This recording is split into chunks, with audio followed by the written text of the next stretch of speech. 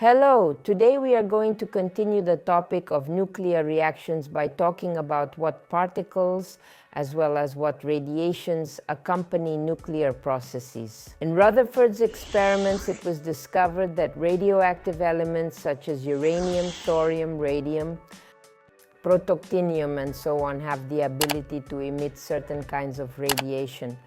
And in Rutherford's experiment, there were three such radiations: alpha, beta, and gamma. But today we're going to talk about what characteristics these radiations have and what can accompany them. What kind of damage, for example, what kind of penetration these or those particles can do. And we're going to talk about the processes that are associated with these radiations and with these particles. The first radiation, the first particle, is the alpha particle. I have given a characterization quite interestingly of the speed at which these particles move. We will compare the motion of such particles as well as the motion of radiation with the speed of light as a measure. Recall that it has the value of 3 × 10⁸ meter per second, which is the speed of light. So the alpha particle is moving at about 10% of the speed of light. This particle is moving, and it's not dangerous enough for us to penetrate because we can put a piece of paper in its path. One piece of paper, and it will keep the alpha radiation from getting through that paper. Or for example, put a palm, then the alpha particle will not pass through. But for all that this particle doesn't pass through such obstacles, it can have a destructive enough effect even though it doesn't have that ability to penetrate very much. Now, what is an alpha particle? It's the nuclei of helium atoms. Helium is an element that has the number 2 and a mass of 4. And that's the characterization I've given here for this particle. This particle is labeled either as helium or as an alpha particle, or just the entry alpha. And let's look at a specific example.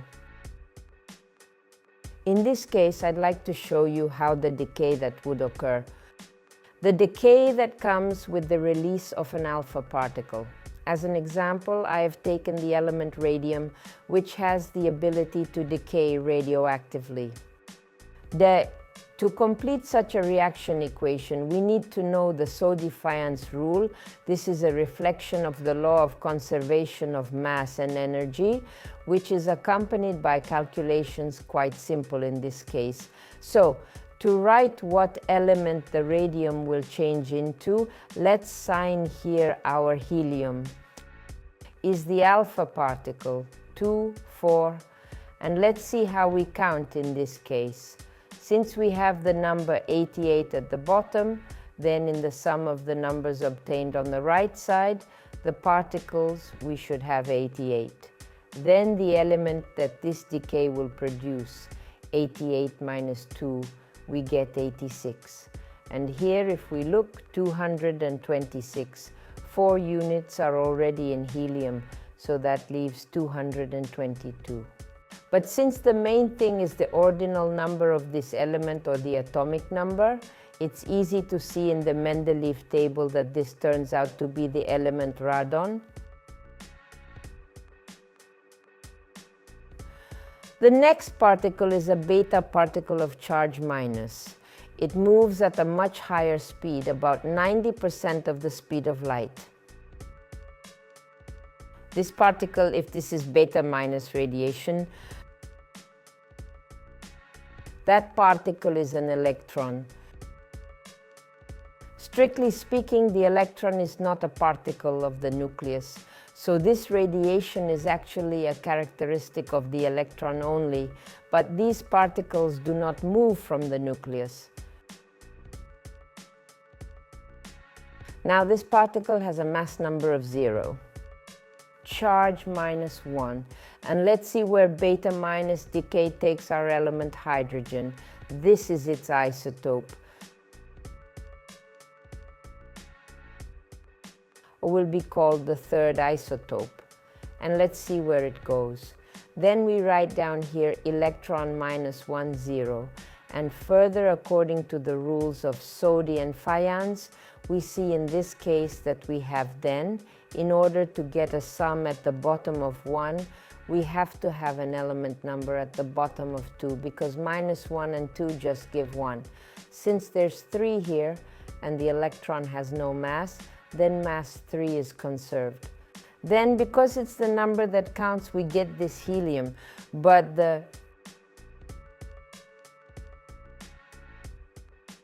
a beta particle, it can have a minus charge or a plus charge. This particle will be a beta plus rays. It also moves like the beta minus at about 90% of the speed of light. To trap such radiation, you already need, for example, 1 centimeter thick aluminum or copper. Such a particle has a fairly average penetration, and gradually it can also fade out. This particle will be a positron. A positron is a particle that is similar to an electron but only has a plus charge. Then it is labeled like this. Same as an electron, it has a charge +1, but it has a mass of 0. Let's see what this kind of decay for sodium, if we want beta plus decay to happen. Then we put an electron here, +1 and 0 here.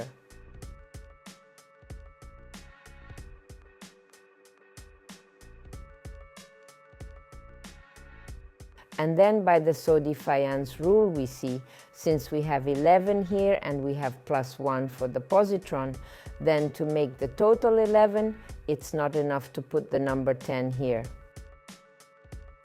Since we have sodium has 22 masses and the positron has 0 mass, so naturally the mass will be conserved.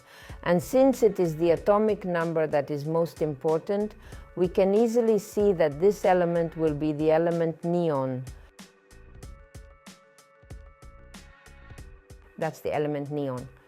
The next element is gamma rays. Gamma rays are not a particle. It's a particle which the concept of a particle is unacceptable. It's radiation. Gamma rays, they say, gamma radiation. These rays are traveling at the speed of light, and it turns out to be actually a stream of photons. Light energy is photons. This particle has no mass, no charge. This particle will have 0 characteristics. It's moving at high speed. Its penetrating power is quite high. I would emphasize that this is the most dangerous kind of radiation for us, and the only way to protect ourselves from it is to have a thick lead plate that can trap this radiation. But let's take an example. Here I would like to explain to you that when they want to show gamma radiation, it is customary to mark the isotope that is taken with an asterisk. That is, to mark that this is the isotope that is capable of such radiation, of that kind of radiation. Then we sign gamma here. 0, 0. And then it turns out that cobalt remains 27 and 60, but at the expense of a complex process. In fact, this is a record quite simplified. A large amount of energy is released. But cobalt itself, as an element, no other element is transferred, except that we have alpha, beta, and gamma rays. Very often, nuclear processes are accompanied by a particle called the proton, which is 10% of the speed of light. It travels at a fairly low penetration rate on average. This is the proton, which you can think of as both hydrogen with a plus charge and as a proton particle with a plus charge, or as the entry P. This particle has a mass number of 1 and its charge is +1. Well, let's take our cobalt again in order to show what happens to cobalt if it undergoes proton decay. Then we sign a proton here, and in this case, according to the Sodi-Fayans rule, we get 27 at the bottom, which means that in total our elements at the bottom should have a sum of 27. But since the proton already has a +1, that leaves 26. 53 at the top, since the proton already has 1 unit, 52 remain. But since the main thing for us is the atomic number, it is easy to make sure that this element will be iron. The last particle is the neutron. It moves also with a small speed, has a generally strong penetrating ability. So, oddly enough, particles that are traveling and not generally at low speeds, but can still have quite a strong penetrating power. So the neutron, it's a very dangerous particle. And let's see why. Because first of all, it's a neutron. In this case, it's referred to as this, or the shorthand for this. And look, it has a mass of 1. But its charge is 0. And so it's generally a little bit like gamma radiation, so it's not deflected anywhere.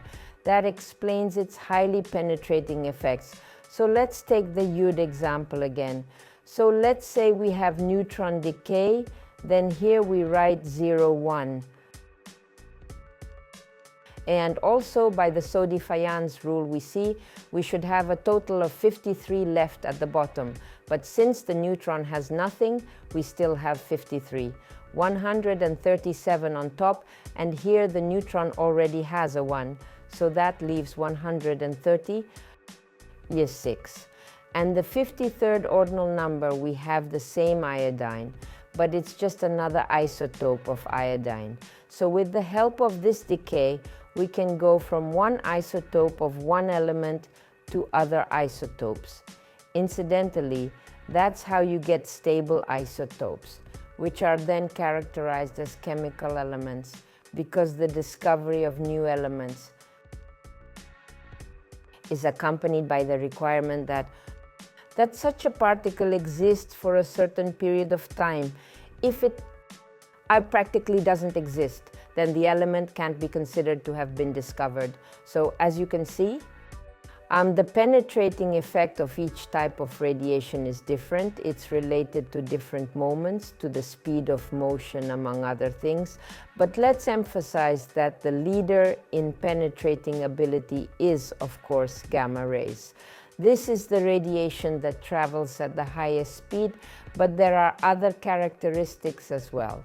Moreover, we have today made a very important contribution to the subsequent study. We have shown how it is customary to record decays that are associated with these types of both particles and radiation.